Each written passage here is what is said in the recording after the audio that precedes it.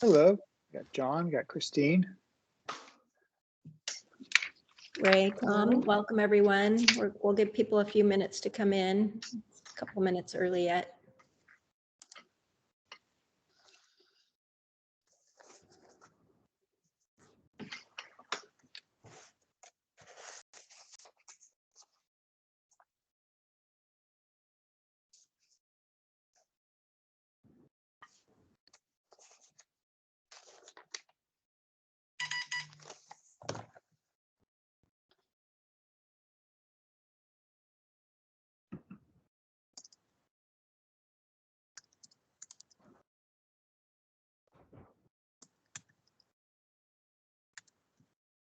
How are you, Christine?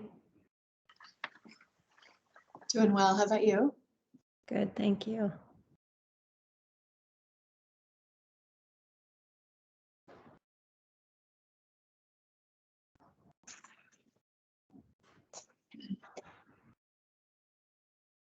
Still at the office? Yeah, I was trying to decide if I should rush home, but I came in a little bit late today, so Couldn't quite make it out. yeah, exactly. Looks like you're at home. I am, yeah. You recognize it? Except I don't know where you are, where your desk is. I'm trying to figure out. Yeah, I'm sitting at the table, turned opposite in my normal direction. That's what it is.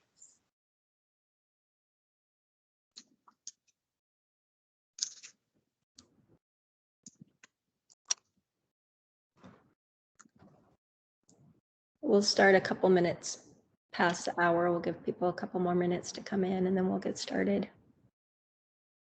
Don't want to keep So you John guys and Christine, too are long. you guys have the same last name or are you a couple? We're a couple. Okay. Didn't want to assume too much.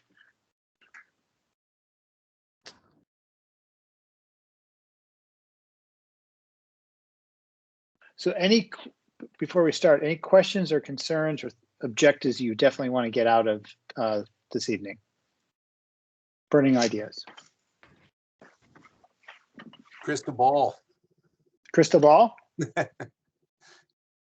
Yeah, just, it's been such an unbelievable run up and just so many, cheap money, printing money left and right. Where does it all go at this point? My crystal ball says we've got another 3 years of appreciation. Probably still will see 2 digits in 22, and then it'll peter down to 1 digit appreciation of prices in 23 through 24.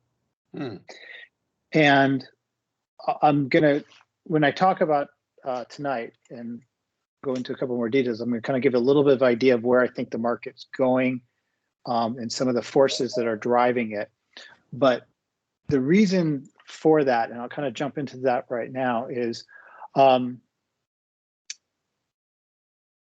we had through COVID, our South Bay and kind of even Southern California market behaved a little bit differently than most other markets because we were so heavily, kind of like Silicon Valley, we're so heavily structured in the sense that we were able to pivot during COVID and actually do better. So during this time period, a tremendous amount of money was saved, refinanced, or put to work in other facets. There's a huge part of the economy that could not get jobs, did not have stability of income, did not have the ability to look at even purchasing a house. In fact, they were concerned about keeping the house they have or renting. So the first wave of appreciation, the people who had the means, the ability to have good loans, the ability to pivot and take advantage of the market, the low interest rates, basically below inflation, have taken advantage of that and done it.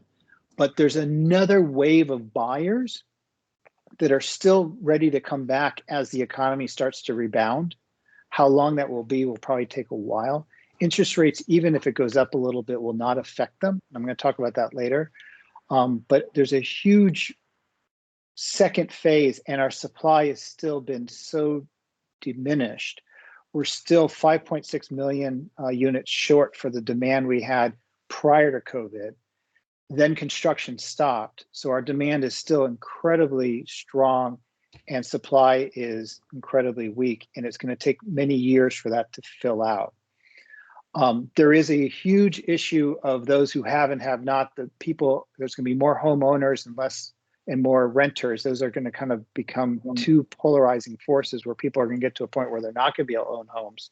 And in the next decade, as a social issue, we'll probably have to deal with that. But currently, that's not a problem that we're going to solve tonight. But I anticipate a very strong, robust future for the next couple years.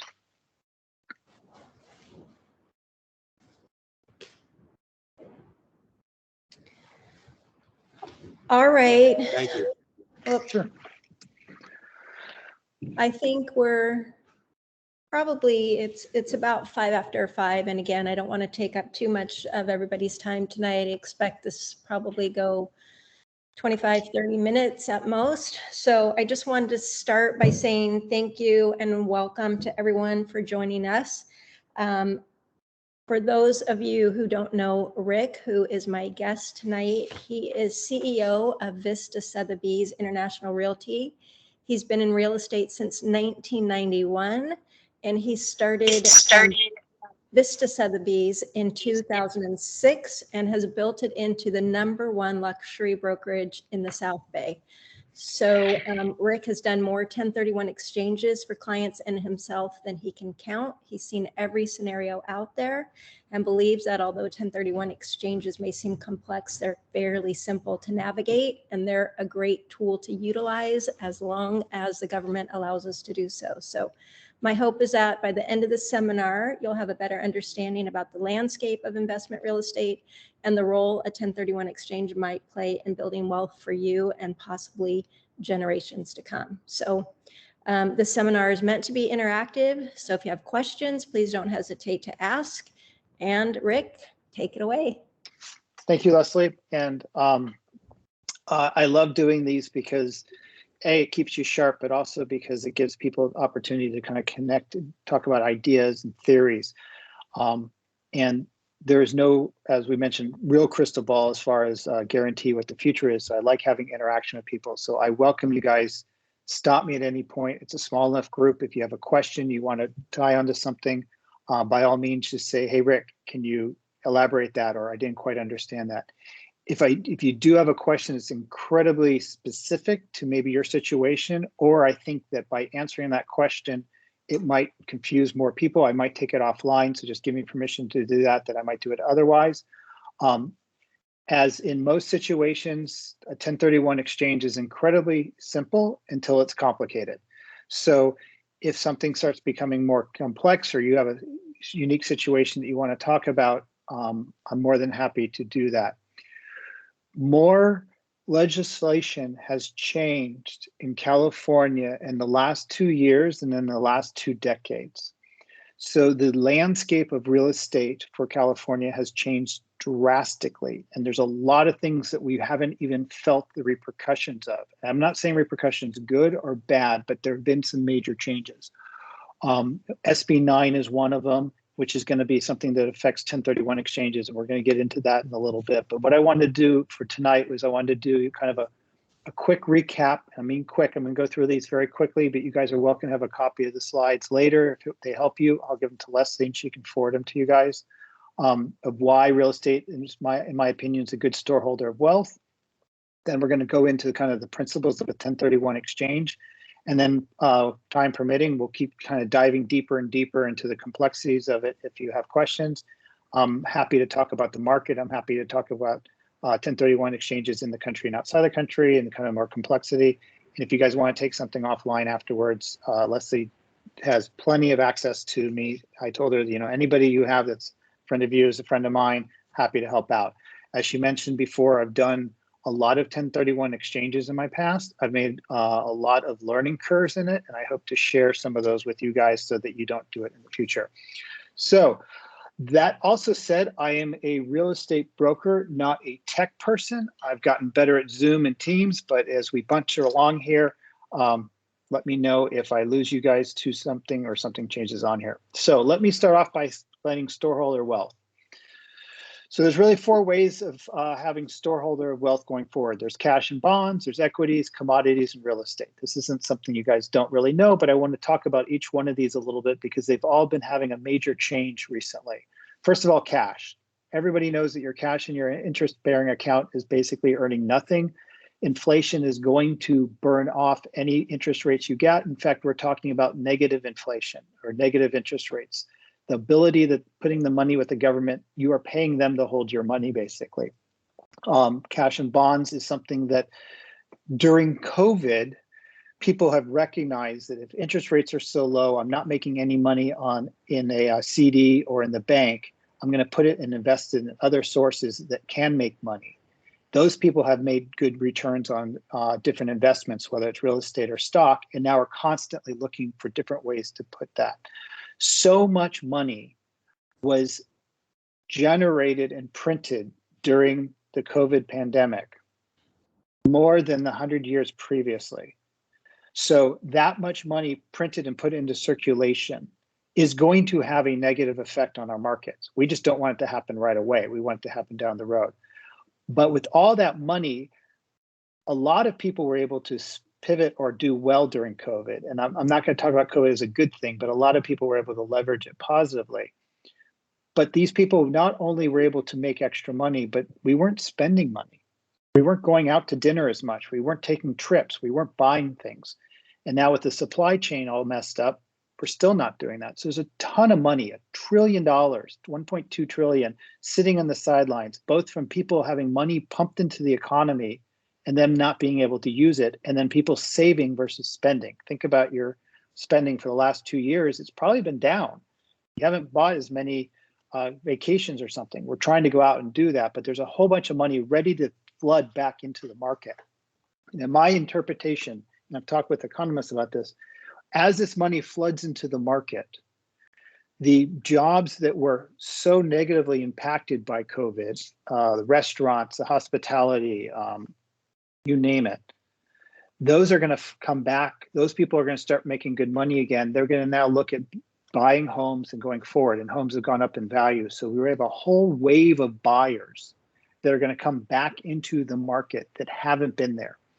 Also, the largest single transfer of wealth in the history of the United States is happening right now, where baby boomers are retiring.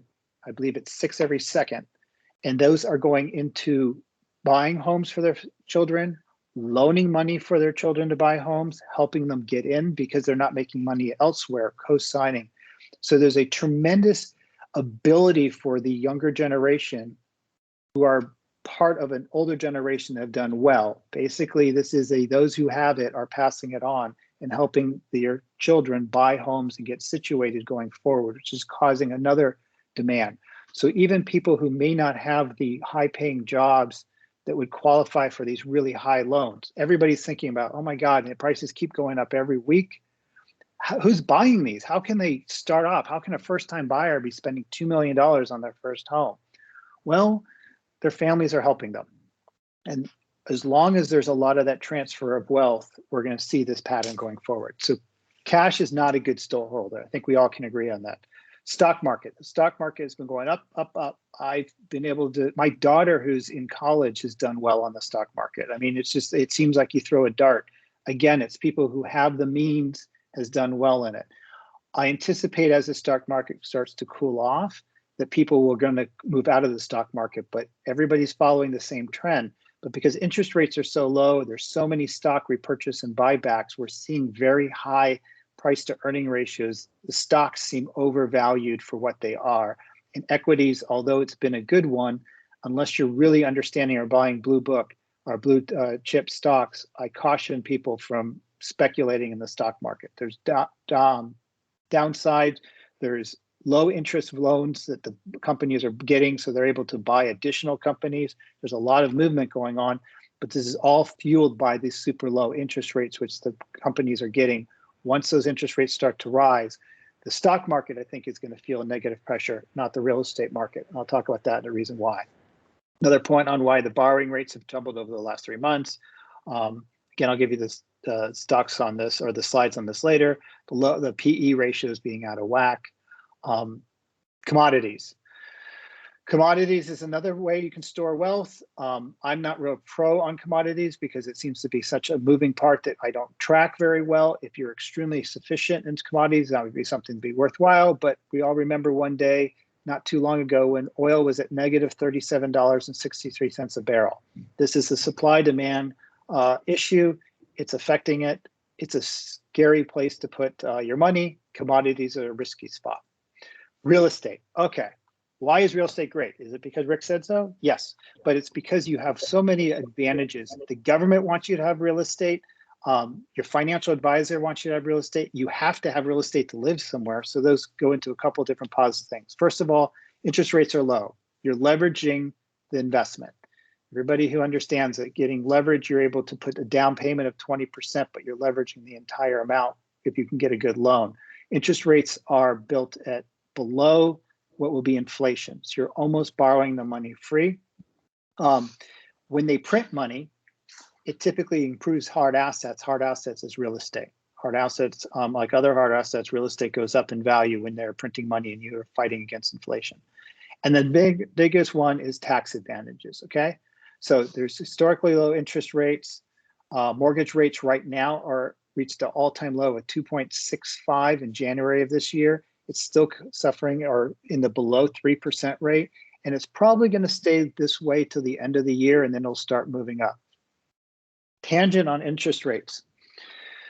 When you're out looking for a property and you call to your lender and they say, I can get you 3% interest rate, you figure out what you can qualify, you go out there. Let's say you qualify for $1 million mortgage. Now you're out looking. If interest rates go up to 4%, your buying ability has been decreased. That same mortgage payment, now you can't get $1 million loan. Let's say you can get an $800,000 loan, but you've been looking at $1.2 million properties. Now you're looking at $1 million properties. I don't know about you, but if I'm out looking at $1.2 million properties and suddenly now I have to look at $1 million properties, nothing looks good. So people who are currently in the market when interest rates rise, they feel that squeeze. They feel that market pinch.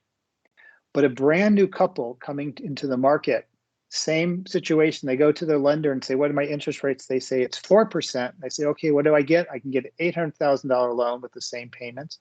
Then they go out looking.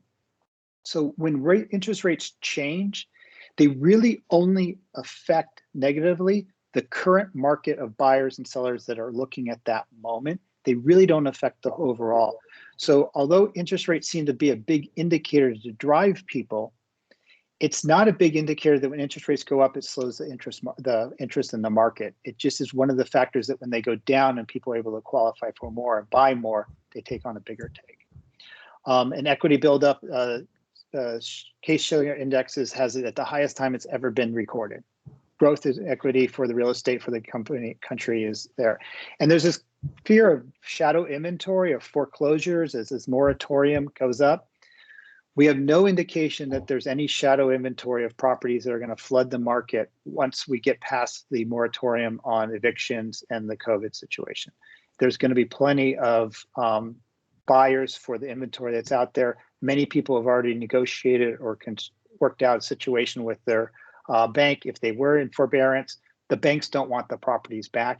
And even if they do, and we have agents in our company having conversations with sellers who are basically getting behind. They say, I'm not going to be able to maintain my house, but they have enough equity that they can get out, take that money and move on to something else. It's not a fire sale where it's forcing it to sell like it was in 2008. And again, printing of money is driving the producer index. The cost of lumber has gone up so much that even the replacement cost for a house today is more than it was before, again, further driving the values up. Supply and demand, you can see that the total housing starts, we've had a pickup, but it is not nearly at the point we have. And if you look at the end of the graph there, I think on there, it goes up. And right before we are today, you got for January 20, COVID happened, this drop in number of sales. So we have an inventory glut that's not coming through at this point, that we still have a lot of inventory that we need to develop to meet the supply and demand. So tax advantages for real estate. You can do deductions on it. You can do depreciation. There's a Jobs Act, you can have up to 20% pass-through, and then most importantly, the capital gains of 1031 exchanges. Now, different situations, we can get into the different ways that you can utilize real estate for your passive your returns, but really the 1031 exchange is the one that's the most important. So, looking at all the pros and cons of the different classes to hold money, real estate, in my opinion, because that's actually what I do all day long, is the best one to have. 1031 exchange. What is a 1030 exchange? What types of exchanges? What are the rules and what are the deadlines? I'm going to go a little bit slower now because I know I've been talking quick, but that was kind of get to us a point at this point. So a 1031 exchange is basically you being able to sell a property and buy another property of like kind and not have to pay taxes on it. So if you purchased a property for 100, it's gone up to 200, you can take that, purchase a different property, pass that savings on and defer the taxes. Now, it's not a tax-free exchange in the sense that you're waiving the taxes, but it is a deferring of taxes. However, if you plan far enough advance out, you can wipe away the taxes. We'll talk about that in a second. So let's go back to what a like-kind exchange is. A like-kind exchange is real property for real property. It can be an apartment building for land. It can be an apartment building for another apartment building. It can be an apartment building for a rental home. It could be a industrial property for a piece of dirt. It can't be leased land. That's one thing. And it cannot be personal property. So when you're doing a transfer, a like-kind exchange, the biggest question is to make sure that you are transferring like to like. There are some properties such as condotels. Terranea is one. La Quinta is one, where it is you own fee simple of the condo, the unit, and the hotel will manage it for you and you'll get a return. Those do qualify for a 1031 exchange. A lot of people have purchased those and been able to go into that. You can still use it for your personal use. That doesn't violate the like-kind exchange. Terranea, you're allowed to use it, I think, up to 60 days out of the year for a casita, 90 days for a villa, but they manage it for you. That does qualify for 1031 exchange. The only reason I bring that up, because it's a local one, is typically when you buy a condotel, the furniture that's inside of it is also included, and you want to make sure on the purchase contract that you exclude that or give it a dollar value because that is personal property, and the IRS does look at the personal property on 1031 exchanges. So the rule for 1031 exchange is you need to replace all of your debt and your proceeds, okay? So let's look at these two examples. You sold a property, often called the relinquished property. Sale price was 500. Let's say you bought it for 100, it's now worth 500. You would have $400,000 in taxes in capital gains that you would pay taxes on. But we're going to waive all that because we're going to complete an exchange.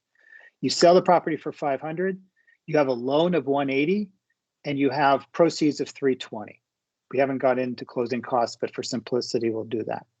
You must buy a property where you replace the mortgage or you replace the proceeds. So in this situation, this particular model, we bought a $500,000 property. We got an $80,000 mortgage, and we brought in $320,000 from the proceeds from the previous sale, and we brought in outside cash of 100. So we've replaced the debt for debt.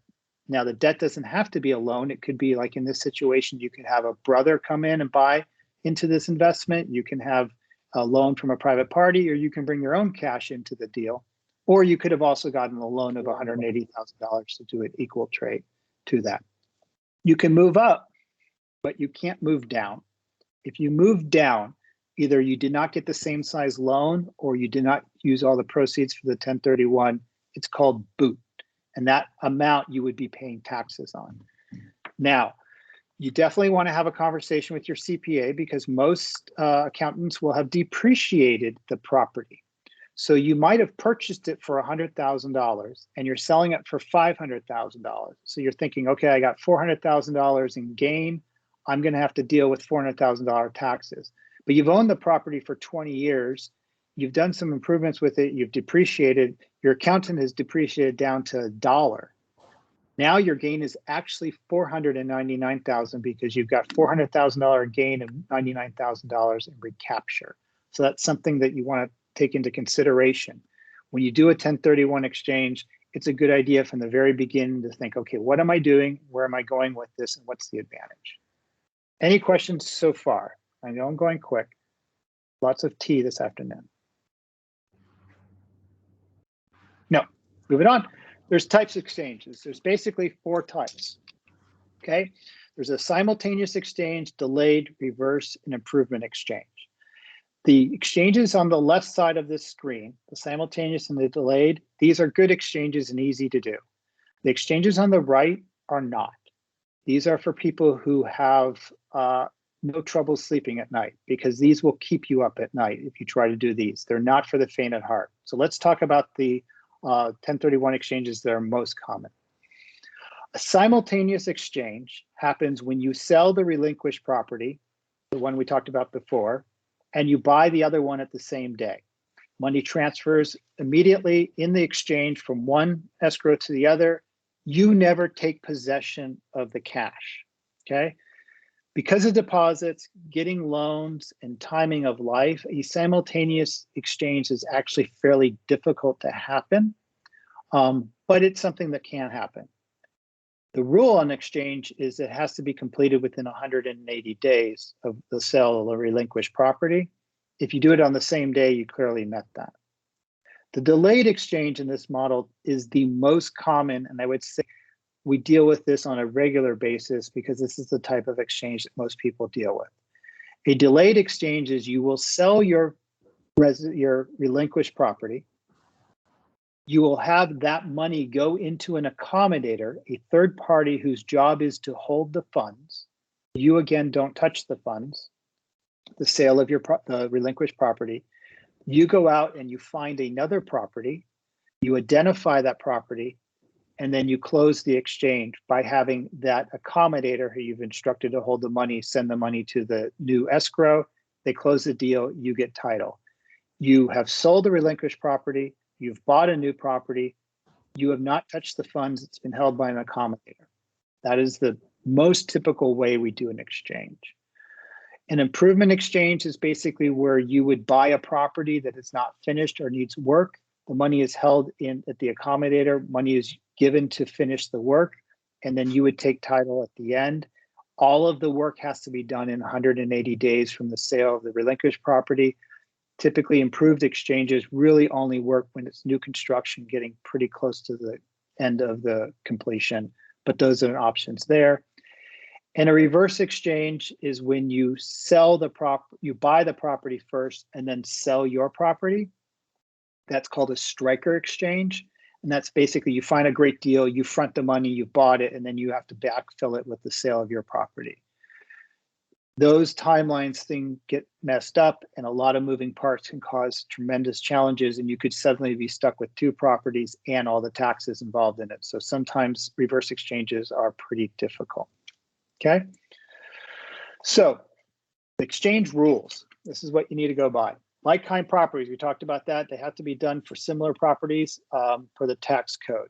You can do properties that are in different states. You can move it around. You can do it outside the country and stay outside the country. Moving back and forth within the United States is not permitted.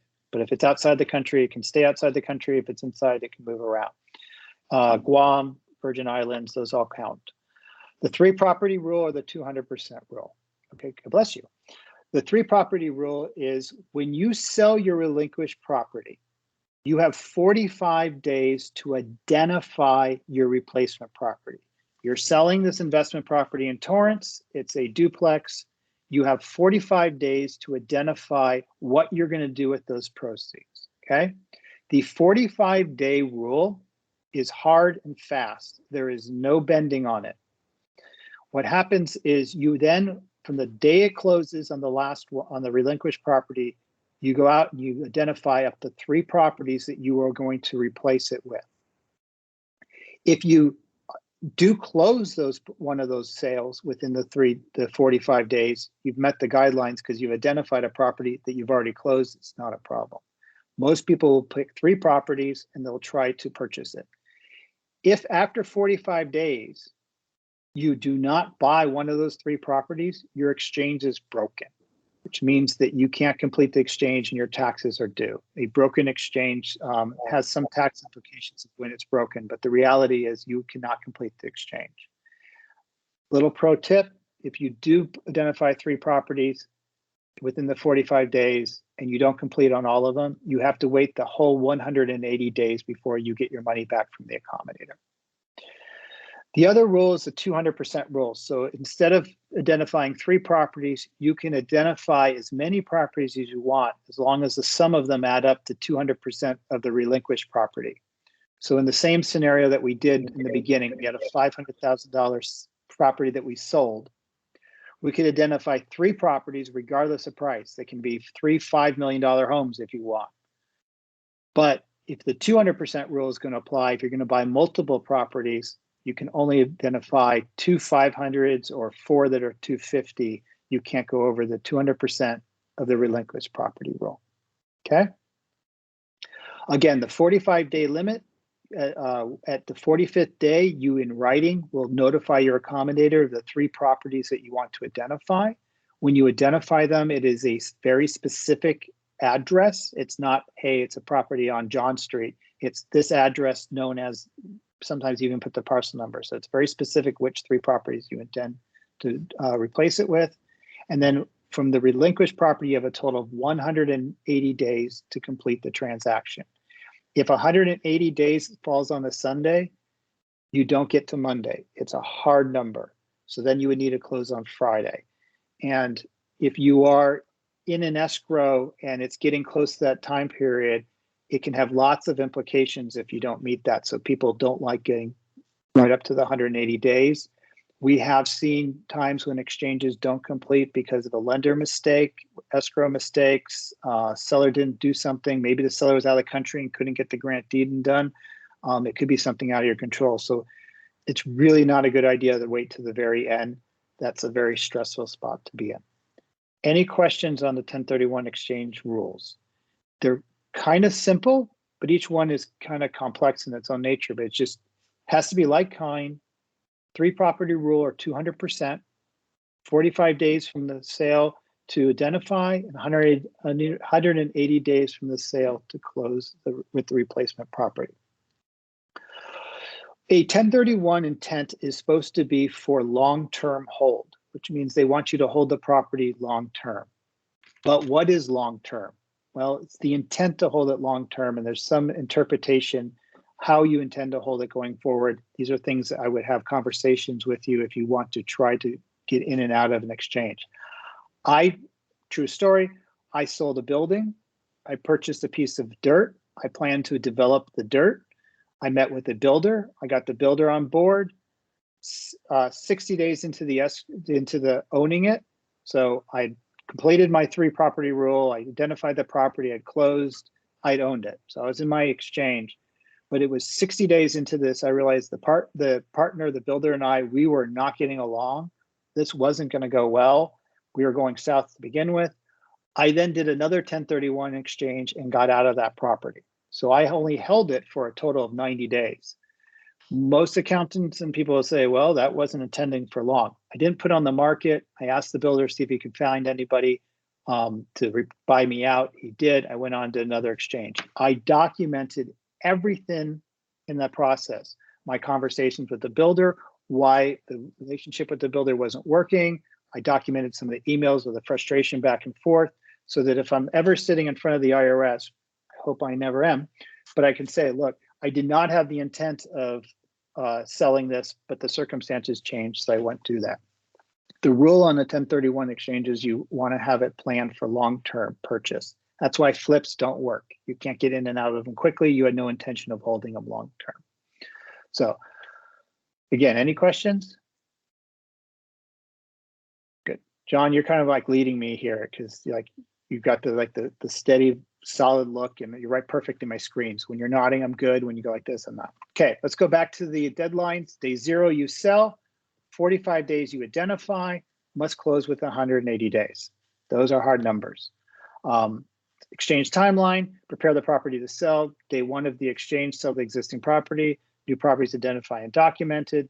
you buy your new property, take title, everything's good. So on exchanges, there's lots of opportunities going forward. So let me take a moment to talk about SB 9 and how this starts to get more complicated and why 1031s are being versed in 1031s are helpful. SB 9 got passed. I don't know if you guys remember the earthquake about a month ago, but that's about the time it signed. What SB 9 allows you to do is, as a homeowner in the state of California and you have a single family residence, you can carve 40% of your land, separate it into a separate parcel, and sell it off to be developed. Your HOA can't say no. The city can't say no.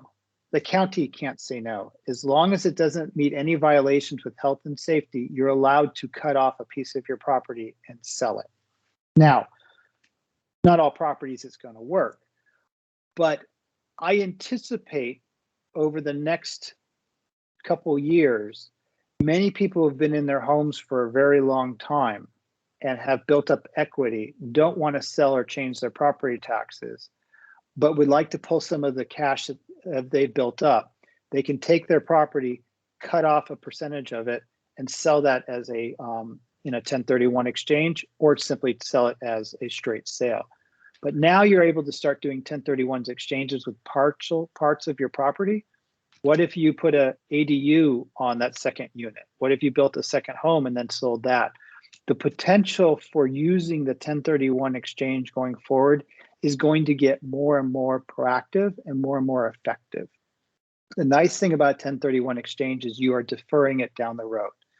The very best way is to do a defer, and die. And then it passes on and it gets a new step-up basis. Not really a great business model to have death as your solution out. So the other solution would be, let's say you have two properties. You have your primary residence here in Redondo Beach, and you decide to invest in a duplex in Lomita. It goes up in value, and you decide you're going to get out of that duplex and get into another one. You move into another one. Do that again and again, each time doing a 1031 exchange. It moves up in value. Then you do your 1031 exchange to a beautiful house in Palm Springs that's a $2 million home. And you rent it out for 2 years. 2 years is typically the deemed time that the government will view, or the IRS will view it as an investment property. They don't want to see less than 2 years. It's really 2 tax returns. That's a tangent. So you own your property in Redondo Beach. You bought a duplex in Lomita. You 1031'd it a couple of times, and now you own a single family in Palm Springs that you really like. You rent it out for 2 years. You sell your property in Redondo Beach. You've lived in it 2 of the last 5 years. So you get to wipe away $500,000 in capital gains there. You sell that and you move into your unit in Palm Springs, which has been rented out for 2 years. You now live in it for 2 years and you sell that. You get to do the $500,000 capital gains exemption again because you lived there 2 of the last 5 years. And now you're starting to wipe away your gains. If you did a 1031 exchange with half of the property, cut it at 40% off or 50% off and sold that into a 1031, now you've taken part of your gain in your property and you've applied it. You can do that again in 2 years. If you plan far enough in advance, you can do some very strong strategic tax planning and defer or eliminate a tremendous amount of taxes. No other of those storeholders of wealth does the government give you the ability to wipe away capital gains, to wipe away or defer that and allow it to work for you. That's why I think real estate is such a strong investment for that. Starting to get complicated again, but planning far enough in advance. Now, why do more people do this? Well, because when you want your dream house, you don't want to buy your dream house in Palm Springs and retire in it 2 years. You want to buy your dream house in Palm Springs and move into it tomorrow. And people's reality versus tax planning typically takes over. And that's why people own one home, they sell it to buy a bigger home versus holding on to that home going forward. But those are some things on it. One last little tip for you guys of what I do is this is my very sophisticated and difficult chart that's used to determine investments. I'm being facetious and sarcastic with that. So when I sit down with somebody and they're looking for, okay, I want to invest in real estate, Rick, I ask them the two questions. Do they want to do work or no work? Are you interested in cash flow or appreciation? You can't have both. So which way on this slide do you want to focus? Somebody looks at me and says, okay, Rick, I have $200,000 I want to invest. I'm focused on cash flow and I want to do no work. You're probably going to buy a property that is maybe like a triple net or a one that's rented out or as a long-term tenant that's simple condition. You're going to get good cash flow, but you're not going to get much appreciation down the road. Okay? It's a trade-off. The more cash flow, the less appreciation. If you wanted something that's appreciation and no work, you're going to probably buy something like a single family or duplex or a fourplex, maybe in Redondo Beach. It's in nice condition. You're going to pay a premium for it. It's going to have good rents. Take it over day one. The more appreciation you want, the more down you're probably going to have to put to make it break even. Typically, break even for investment properties in the South Bay is around 40 to 45% down because of the low returns we get because there's so much appreciation. I can get you a fiveplex in Riverside that's generating 10% return on your investment, but 10 years from now, it's going to be worth probably the exact same price that you paid for it. Or you can get something on appreciation. So when you kind of think back and forth on that, it's helpful to understand where you are on the appreciation level, where you are on the cash flow level. My mom and I have some investments. She's into the cash flow. I'm into the appreciation. So we kind of go back and forth and we've ended up splitting it and buying two different properties, but we're kind of, each person's needs are slightly different and that's how it dictates it. Then it goes into work and no work. Work is basically you fixing it up, maybe releasing it. It could be putting more money into it. Remember, in a 1031 exchange, all that money goes into the next purchase. You're not holding money in to do more work. So typically, if you're going to do work, that's going to come out of your pocket. So you might complete an exchange, but then have to put more money in to do the additional work to improve the value. No work, obviously, it's already done. Somebody already fixed it up. They already remodeled it. They already got new tenants in. Often when we look at work to no work, it's how do you reposition tenants? Meaning doing work over time is typically you'll find, say, a fourplex or an eightplex. The units aren't rehabbed. As a tenant moves out, you go in, you fix up that tenant and you put a new tenant in there at a higher rent. As you do that through all the units, you're improving the value and improving the cash flow, but it's a slow process and it takes work to do that. It's typically dealing with a lot of the property management and getting it transitioned over. So people will look at that when they're trying to go, how much work do they want to do versus no work? How long are the leases? And these are things that you want to take a look at. If I'm going to be working hard on a duplex or a triplex, I want to know how long are the leases there? How long are they paying? What are the rents in that area? And these are all the factors that go into it. And a real estate advisor would help you kind of decipher through, but it really helps to know in this quadrant where you like to focus. Because when you start thinking about real estate investments, there's so many opportunities. You're like, well, I want 10% return on my investment. I can get you that in Alabama tomorrow. And it'll be no work. It'll be great cash flow, but it's going to be no appreciation. And those are just kind of things. If you start looking, there's so many properties available. It helps for me to narrow it down into this quadrant and then focus on what's important to me in doing that.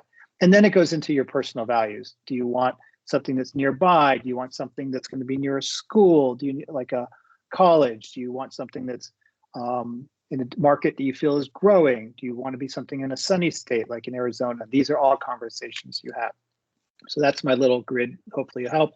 And when you go through it, you kind of find what fits into it. You got upgraded units, A+ location and low cap rate for work and appreciation, turnkey low loan, and triple nets are typically in the high cash. So Lesli lied. She said it was going to take 20, 25 minutes. I've talked for 40, so I went way over. Any questions? You've got to have some questions, something I did not cover. And again, any question you have, I'm happy to answer.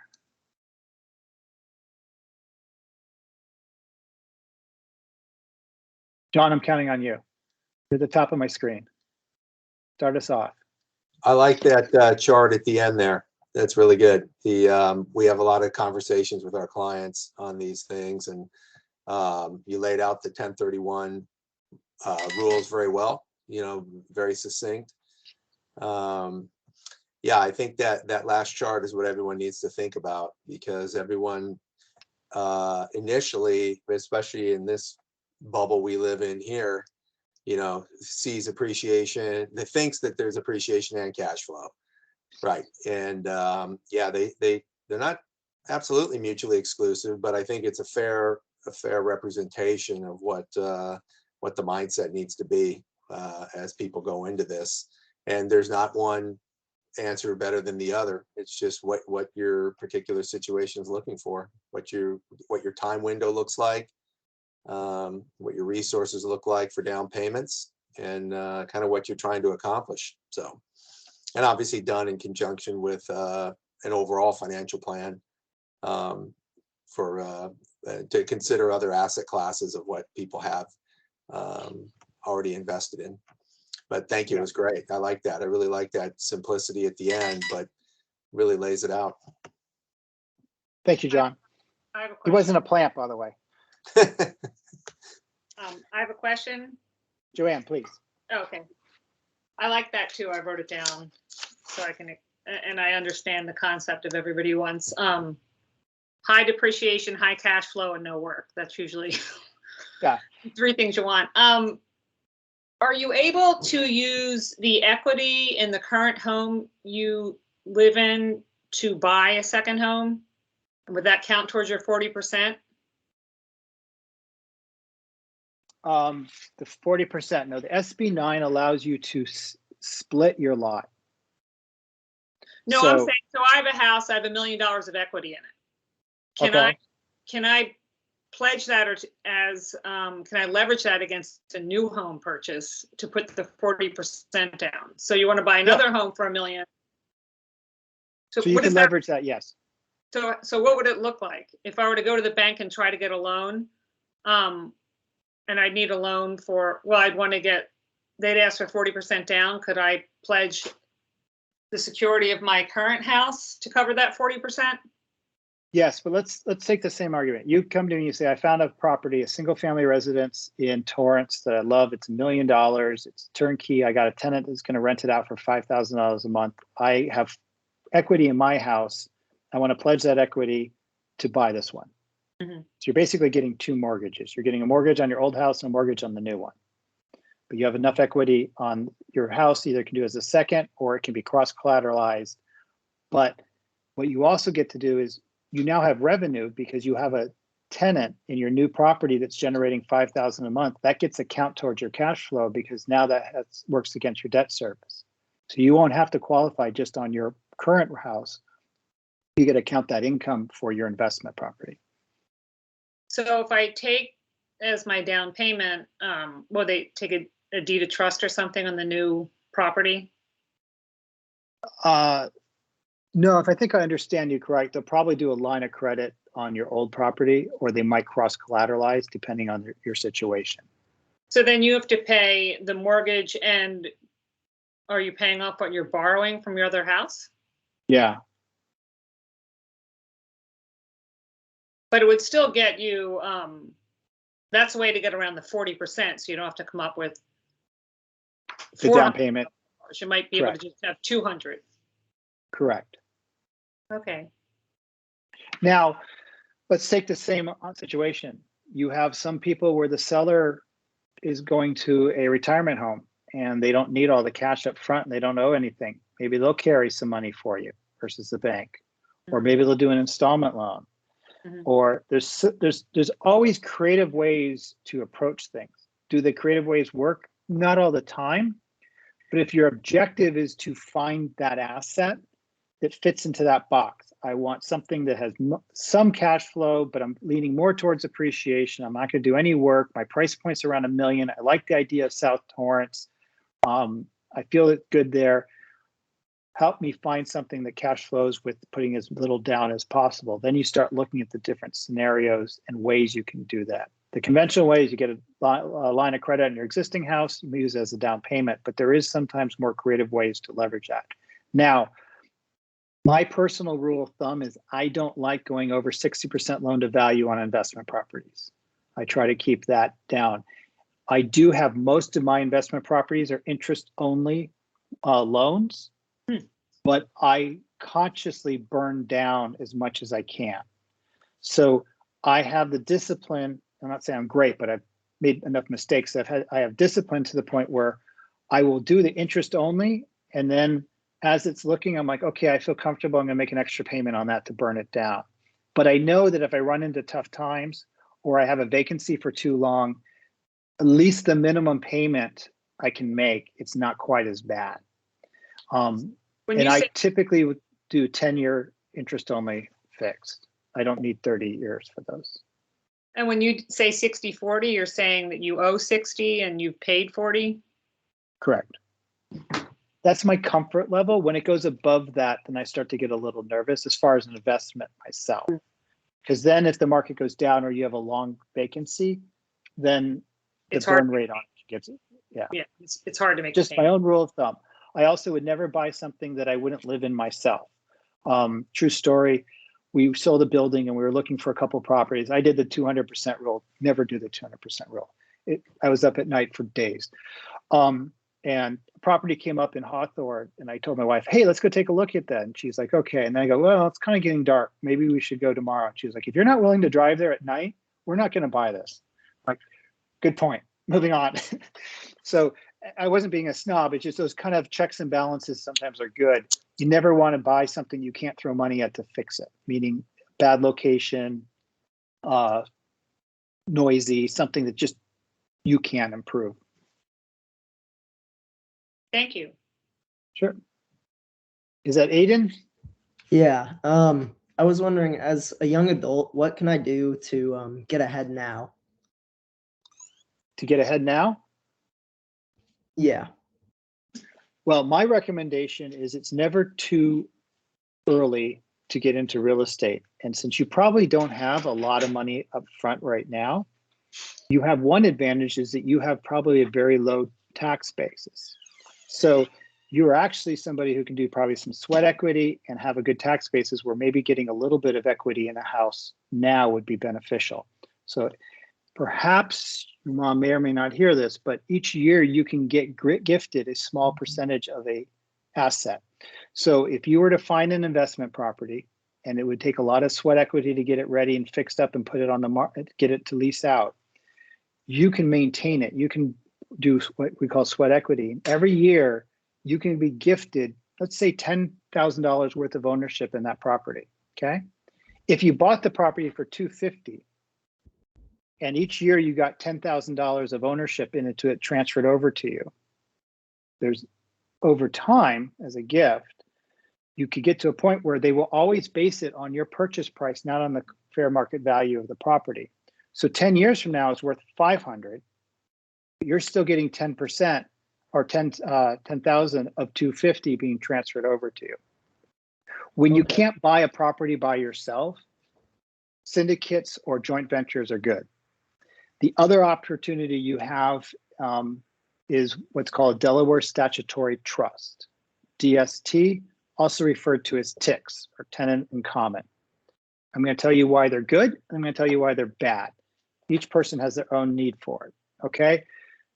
Why they're good is they typically pool everybody's money, and you can do a small investment in a TIC of $25,000 or $50,000, and now you have ownership in a real estate TIC, tenants in common. It's great if you're doing an exchange and you have an extra $50,000 at the end of the exchange because you can put that into it as well. A tenants in common is typically where they will hold the money, someone else will manage it. They will, at the end of a set period of time, they will sell it, and then you get your money back and do another 1031 exchange. By pooling people's money and having professional management, you can buy an interest in an Amazon distribution center that might go for $50 million, and you own 1/10 of 1% of it. Amazon's probably a good credit tenant. They're probably going to make good payments. You'll get revenue on that. And now you have your foot in the door for real estate. In a couple of years, when you sell that TIC and go to another one, you can keep transferring forward. The problem with Delaware statutory trusts are twofold.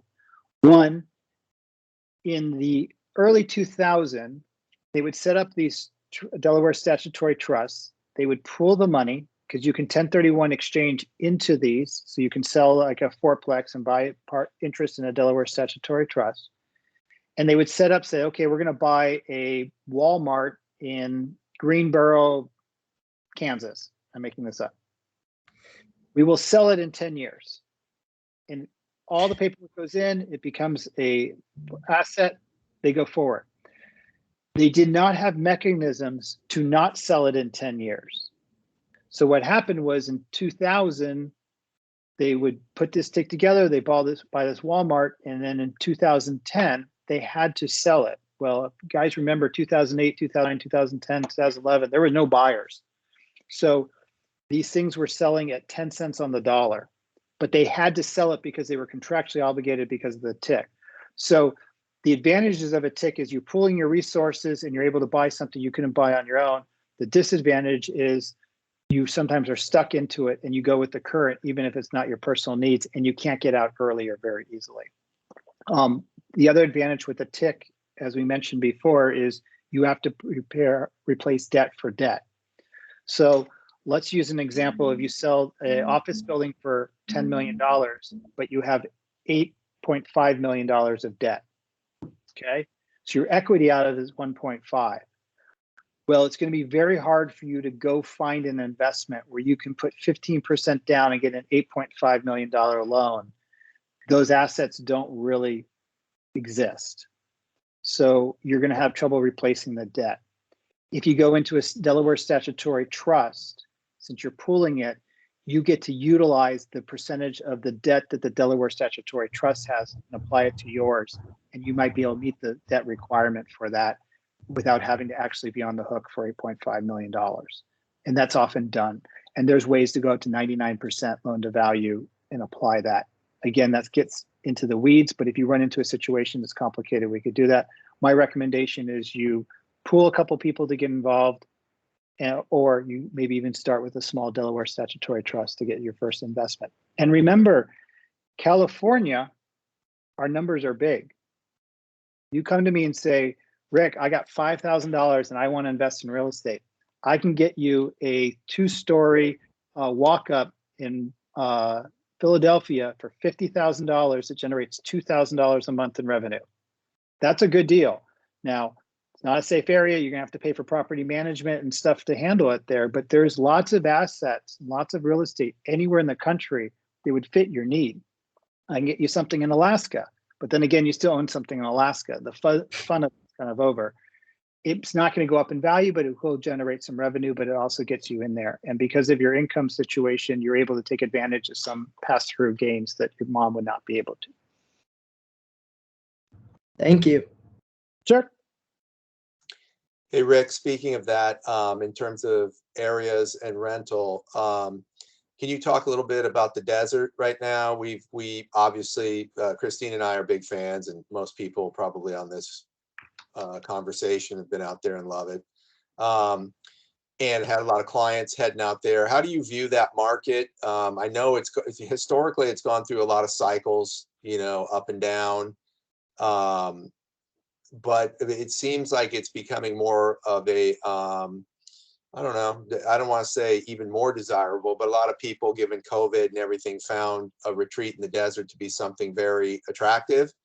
I'm curious if what you see as the I don't know, the rental market there, because we're not ready to go there, but it'd be nice, as you point out, to get the head start now, rent for 5-7 years or whatever, and then be in a position that if we're still interested out there, you know, moving in. But what the rental market looks like out there, or is it more you know, money from various places, Newport, South Bay, so forth, and people really not renting it, just being more second home market? Full disclosure, our family owns 5 condos in the desert. So I am bullish on Palm Springs and Palm Desert, the Koontz. I count the whole area as one. Yeah, yeah. So let me tell you 2 stories. One, the boom bust of the desert has been affected because of the second home market, where when people got tough, or markets got tough, they're like, sell it, I don't care what the price is, which would drop the market because people were just selling. Right. We saw that in Arrowhead every once in a while, in Big Bear. We saw it in the desert. We saw it in a lot of second home markets. That is not the case anymore. We have diversified into a different makeup. I don't think COVID is the main cause of it, but I think it's one of the reasons for it because people are now able to hold on to the property and they've learned from mistakes of not over leveraging it. I'm going to take this as a similar story to the South Bay. In the early 80s, the entire South Bay was driven by aerospace. And then aerospace obliterated the market, just obliterated. The schools closed. It was terrible. It had such a shock to the system that property values dropped. Over the next couple of decades, we've become .com and we've become studios and attorneys. And it's so diversified that when a large employer, Nissan, and then another large employer, Toyota, left, it didn't affect the market at all. Right. So it's recovered because it wasn't a one-type market. I see the desert following the exact same cycle. It's not just a second home market in, or like, hey, wouldn't it be neat if we go out there on the weekends? It's really diversified into a different type. And you can see by the type of homes that they're building and the type of buyers. We track very carefully what kind of buyers are out there and renting. These were snowbirds for a while, but you get a lot of people from Oregon. You get a lot of people from Washington. You get a lot of people from the East Coast that want it. The desire for the desert and its infrastructure has grown so well. The type of people that are there, from people that live year round to people who vacation, is so complex and mixed that is my opinion that it has overcome that kind of negativity and we're not going to see a boom bust of it. The challenge with it is they can keep building more because, well, the land keeps going. But the infrastructure and the ability for them to develop it is getting harder and harder. And the land that's available for development is kind of pushing against Indio and it's going north into the windy areas. I anticipate that the property values will stay maintained and they'll be good. Got it. Thank you. I'm letting Christine back in if that's okay with you. Christine, John let you back in. Yeah, I think We took a vote. we had some network issues. Sorry at the about that. I office. had our network went down. Quite all right. I'm just having fun with you guys. Any other questions?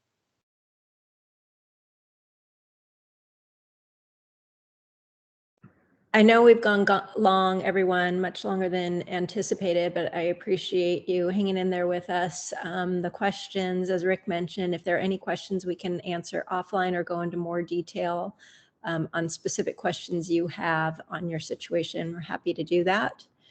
Thank you for joining us. I do plan on hosting some other real estate seminars on different topics. I think one that people would be interested in is SB 9, so stay tuned for that. And if there's no other questions, I'll let you go for the night. Rick, I really appreciate you being here tonight. It's my pleasure. Great. Thank you, Rick. Thank you, Leslie. Thanks, Thanks, everybody. everyone. Thank you both. Thank you. Bye-bye. Bye-bye.